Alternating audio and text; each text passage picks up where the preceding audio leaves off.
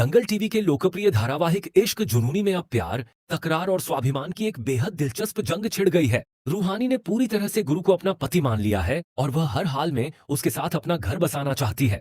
लेकिन गुरु लगातार उसे खुद से दूर करने और मायके वापस भेजने की कोशिश कर रहा है।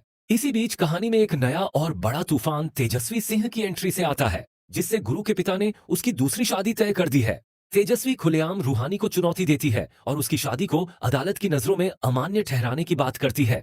बात तब और बिगड़ जाती है जब गुरु सबके सामने रूहानी से अपना हर रिश्ता खत्म करते हुए गुस्से में उसका मंगलसूत्र तोड़ देता है। लेकिन इतने बड़े अपमान के बावजूद रूहानी बिल्कुल नहीं टूटती, बल्कि वह एक दृढ़ संकल्प लेती है कि जिस गुरु ने आज उसके गले से रिश्ते की निशानी को छीना है, वही इंसान एक दिन घुटनों पर बैठकर उसे खुद मंगलसूत्र पहनाएगा। अब यह कहानी एक आम प्रेम कथा से आगे निकलकर रूहानी के अटूट विश्वास और अपने अधिकार को वापस पाने के एक जुनूनी संघर्ष में बदल चुकी है। कहानी में सबसे बड़ा सस्पेंस यह है कि गुरु असल में रूहानी से नफरत नहीं करता, बल्कि वह यह सारी बेरुखी का नाटक उसे अपने ही परिवार की खतरनाक साजिशों से बचाने के लिए कर रहा है। दरअसल गुरु के घर वालों ने ही रूहानी को पागल करार देकर मानसिक अस्पताल भेजने की साजिश रची थी और गुरु यह भली भांति जानता है कि अगर रूहानी इस घर में रही तो उसकी जान को लगातार खतरा बना रहेगा। दूसरी तरफ तेजस्वी कोई साधारण लड़की नहीं है, बल्कि वह बेहद घमंडी है, जिसने गुरु को सिर्फ अपनी एक जिद और चुनौती के रूप में लिया है ताकि वह रूहानी को नीचा दिखा सके। लेकिन पागल खाने से लौटकर आई रूहानी अब पहले से कहीं ज्यादा निडर और मजबूत हो चुकी है,